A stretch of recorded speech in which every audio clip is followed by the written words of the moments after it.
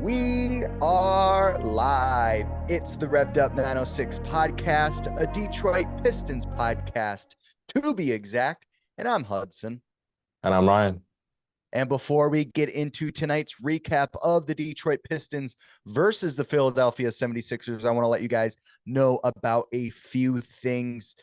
As you guys more than likely know, or if you're new to the channel, you don't know, our merch sponsor is Grind Clothing Co. So make sure to click the link in our YouTube bio and go check out all our designs that we have collabed and partnered up with Grind. Make sure to follow Grind Clothing Co. also on Instagram. But as you're doing your holiday Christmas shopping, make sure to include Revved Up 906 and the merch that you could possibly wear, whether your father, grandfather, grandma, or whatever is a Pistons fan. Make sure to buy them some of our merch. Also, this week we talk about what trades may happen with the Detroit Pistons in the future days or future weeks. So make sure to go tune into that episode. That's a fun episode. We had fun with it. We talk about OG Anunoby, Brandon Ingram, and a couple other guys that could possibly be added to the Detroit Pistons. So if you haven't watched it, make sure to go watch it. And then comment below if you agree with what we talk about. And if you are new to the channel, make sure to subscribe, because if you want to stay in the know with everything going on with the Detroit Pistons, you have to be subscribed to Revved Up 906. Without further ado, let's get into tonight's recap. Tonight's final score was 129-111 in the Philadelphia 76ers favor. There's a lot of statistics and things that we have to talk about with tonight's game. And Joel Embiid was obviously very dominant. But Ryan, I want to get your thoughts on the Isaiah Stewart ejection versus Pat Beverly. I mean, he tossed him. I mean, it wasn't even that aggressive. I think Pat Bev is just that small where Stu just tossed him. Ryan, do you think that was worthy of an ejection? I mean, yes, but no. The reason why I say no is because they show the replay, because they're going like, okay, what would have amped Stu up to do something like that? I mean, Stu is Stu. I mean, he chased after LeBron after tasting blood. So that happened if we want to go back on a flashback there. But the replay shows Pat Beverly elbowing Stu in the gut. Yeah. Literally backs into him and then throws the elbow. Like, you didn't even have to throw the elbow. You could have just moved aside, but he intentionally threw the elbow. And so you're going like, that doesn't get called. And I understand that is it could easily be missed, honestly. And it was. And it wasn't until the replays show exactly what happened for people to actually know what happened that led to Stu doing that. Stu, on the other hand, he didn't really need to even do anything. He could have just done a normal screen, and Pat Beverly wouldn't have even moved. I agree. And because Stu's just that much bigger than he is. But I can understand why Stu did what he did at the same time, because Pat Beverly, historically speaking, knows how to get under certain players' skin. He's one of those guys, kind of like Draymond Green, for obvious reasons. But too soon, Ryan. Too soon. Hey, I had to throw that out there. Yeah, I hear you. He's suspended indefinitely. So I mean, come on. But what Stu did is not as bad as Draymond Green.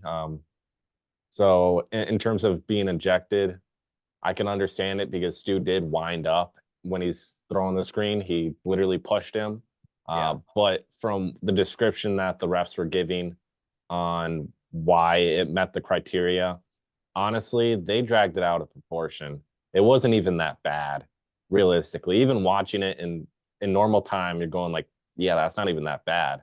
Replay, it doesn't even look bad either. So I didn't really think there was a wind up. I mean, he did lead through, but I wouldn't say that was like him winding up or anything. So it's a yes and no on if he should have been ejected or not for me. But at the end of the day, we were going to lose that game anyways. Overall, I agree with the ejection. I wish almost that the Pistons could at least make a case with the Pat Bev shove, or elbow rather, early, like about seconds previous, because then at least there's a motive behind it. And Yep. maybe then, okay, eject Stu. I get it. It was rough. It was a little much, but then give Pat Bev a flagrant. Cause I don't know if like what Pat Bev did is necessarily worthy of an ejection, but at least a flagrant Yeah. one. So that is my only thing is I think there should be and obviously they can only spend so much time watching the film, so I get it. But as a Pistons fan, I got to defend Stu a little bit. Overall, though, if you needed a straight answer out of me, I'm saying, yeah, I mean, you got to eject him because, and also with Stu and his history of things, amping up throughout a game and then they're a big blow up, it could have kept getting worse. The Philadelphia 76ers aren't the type of team to back down to even Isaiah Stewart. So I could see, especially with Pat Bev, you saw, I don't know if it's Markeith or Marcus Morris pressing Stu after the play. I could have seen things getting worse. It's probably best to eject him because neither team is going to back down. When talking about tonight's game, there's three big reasons I think the Detroit Pistons lost tonight. And let's talk about the first one with Joel Embiid. I mean, we are watching greatness before our eyes. I'm a big Joel Embiid guy. I love his play style. The fact that he's such a thick, bulky guy and he can move as fast as he does and have as quick a feet. It's just amazing to watch. Generational talent at the center position, in my opinion. But tonight he had 41 points, 11 rebounds, 5 assists, 14 of 24 from the field, 2 steals in 31 minutes. I think if we had Jalen Duren, I think we would have been able to defend him a little bit better because I think we would have saw the duo of James Wiseman and Jalen Duren in the paint tonight, just strictly based off of trying to guard the paint with Joel Embiid in there. But when you're dealing with injuries and you expect, undersized Isaiah Stewart and James Wiseman to kind of try to hold their own, it was meant in the making for Joel Embiid to go off. Yeah, and then you also have Wiseman fouling out, which did not help. He picked up 5 quick fouls too, and that was in the first half. You in order to honestly play a lot, you can't foul. And in James Wiseman's case, he's getting opportunities left and right now, due in part to Marvin Bagley being out with injury and then Jalen Duren being out with an injury. So Wiseman's been given this opportunity. Like, it's, if you were to have a golden ticket to the Willy Wonka chocolate factory, this is your opportunity because Wiseman, like, you're blowing it right now. I'm not complaining out of your 10 points. You were efficient, 5 of 7. A steal and a block. I'm not complaining out of that. You only had 1 turnover, so props to you. But you still ended up hurting us in the end because you fouled out. He just couldn't defend Joel Embiid. Now, I'm not saying that James Wiseman can defend Joel Embiid. I'm not saying that at all because Joel Embiid is that good. But there were a couple times where James would just be getting blown past. And it wasn't even like Joel Embiid crossed him up. It was on a pivot, gets blown by right there. And so it made me realize that I know we're taking a chance on a young James Wiseman that could be still a solid player. But out of the recent games we've seen him due to the injuries of Bagley and Duren, I'm starting to get a little worrisome that we kind of gave up Saddiq Bey for pretty much nothing. And that's kind of bugging me a little bit because Wiseman was not going to be able to stop Embiid alone. No. And then Stu, for being undersized as he is, at times it's hard for him to even do anything because he does have the size in the sense of weight to go bang to bang, body to body against Joel Embiid. He can easily stand his ground there, but then it's the length that falls into play. Joel Embiid is just abnormally big in every single category, with length and just his size out there that Stu is not going to be able to really do much. And so when your only big men are Wiseman and Stu, you're going to have issues. I mean, that was the issues last year earlier on. is we made the comment going, yeah, we can't compete with any of these other teams that have a premier big man because Yeah. Duran and Stu aren't going to do much. And that's just because we were limited in depth at that position. And then right now we're limited in depth at that position due to injury. Without having Duran right now, I don't see us competing against any team with an opposing star big man. The second reason I think the Pistons lost tonight was they got out rebounded drastically by the Sixers. They were out rebounded 53-35. And you know what? When you talk about rebounding, it's not just a statistic, it shows you where the Pistons fell short. And it was also in the effort category. And a product of this, like we just mentioned, could have been because we were missing Jalen Duren. I think that's definitely a factor. But there's going to be games with this big of a point differential at the end of 4 quarters when you get out rebounded by that much. It's a crucial statistic because it purely determines how much ball time, how much ball possession you have in a game. Yeah, I will say this: pretty much everybody on our roster tonight got a rebound, so that's cool. But you can't win when you're getting severely out rebounded like we were tonight. I mean, 53 rebounds alone is just absurd. Like, when's the last time you heard that high of a number for rebounds? It's just, it doesn't happen all the time. 43 of them for the 76ers came on defense, and only 10 offense. Whereas for us, we had, what was it, 29 defense, 6 offense. But like, it's not good. But it also shows you how many shots we missed too. And then us not boxing out. Like I know I was being pretty hard there on Wiseman, but I'm gonna be pretty hard on him again. There were moments in time in which there is an opportunity for him to easily go get the ball off a rebound, and he just doesn't. I don't know why he doesn't. Maybe he thinks he's gonna get called for a foul over the back, maybe. I don't know. Well, he's not worried about that. He got 6. You know what I mean? I mean, that's true, but like, it's just what's in his head that's leading to him not getting these boards. Because I know there was one that would have been that resulted in a 76ers score from Kelly Oubre. It wouldn't have ended up in that if he would have just grabbed the ball, and we probably would have scored on the other end due to a fast break. And it's like, dude, you're Kelly Oubre. I mean, he can jump out of the gym. Don't get me wrong, but you're literally 7'2", and you're telling me you can't reach up there and grab that ball. So, and I know I'm being hard on him right now, but he's just a key example of some of these guys for our team tonight. The effort wasn't there on the glass, and it was evident. The third big reason why the Pistons lost tonight was the fouls. We talked about how James Wiseman fouled out 4 Detroit Pistons players in the second quarter. At the beginning of the second quarter, had 2 fouls each, and then the Pistons finished with 22 total. The Pistons each and every night kind of flirt with 22, but the problem with it tonight is it was very inopportune times. And then also what came with the fouls were and ones. I believe there were 6 and 1 plays for the Philadelphia 76ers tonight.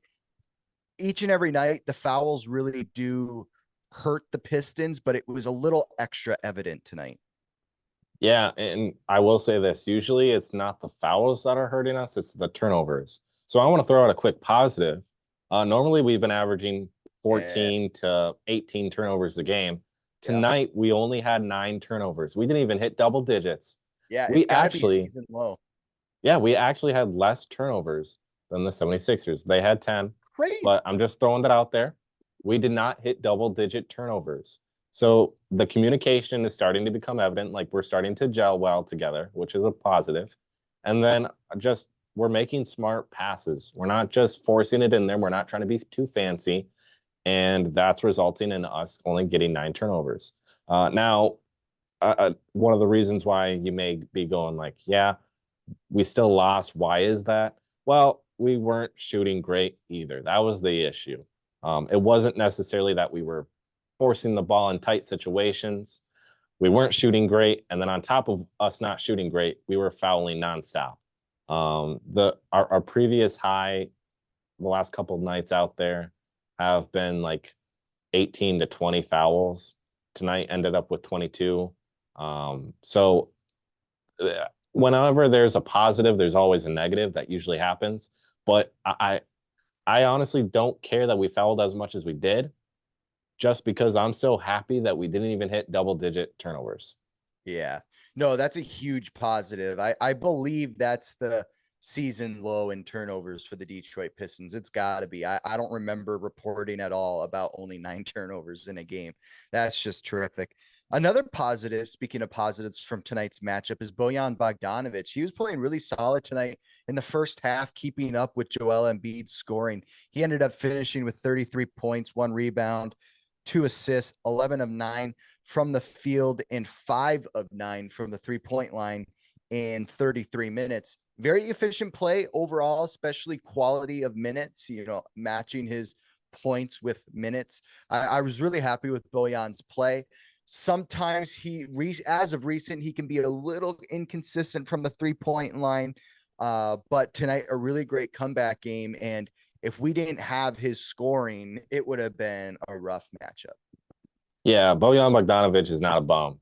I don't think there's a lot of teams that would be hanging up the phone to get a trade with him. But he balled out tonight.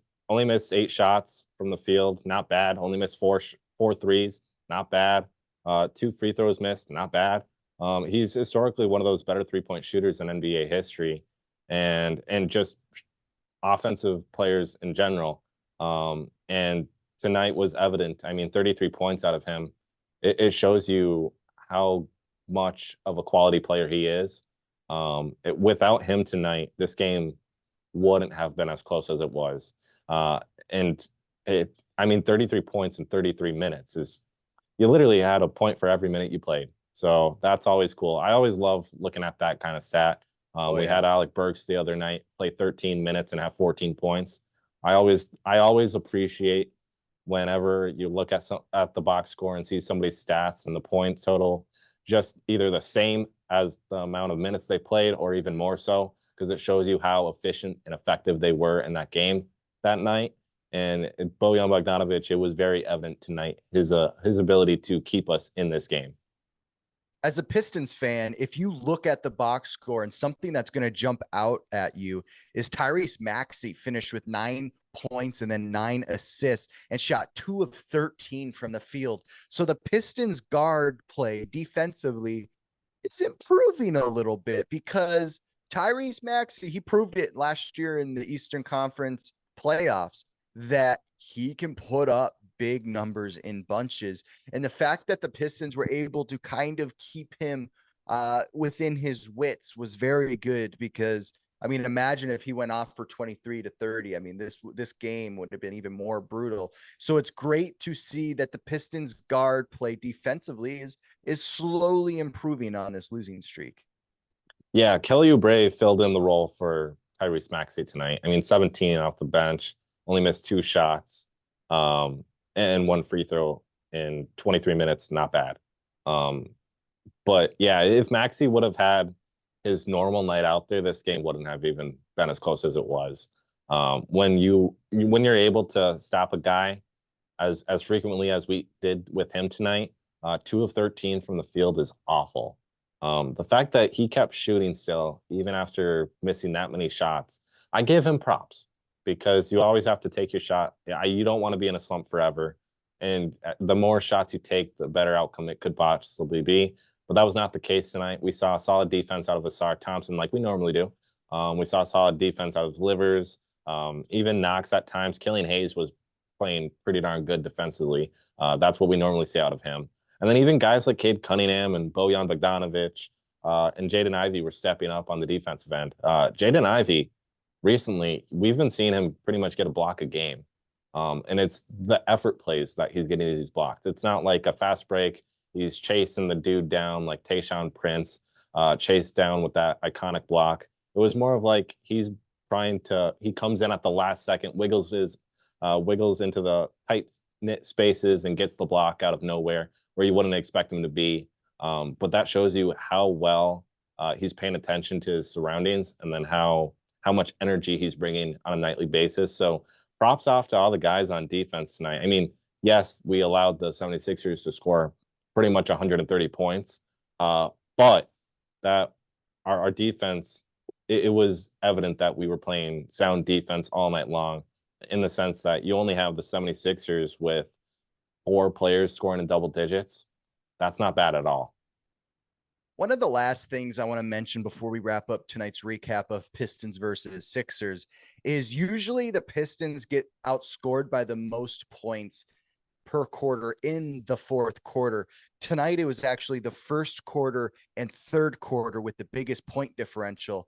The Sixers outscored the Pistons by 13 points in the first quarter and then by 10 in the third.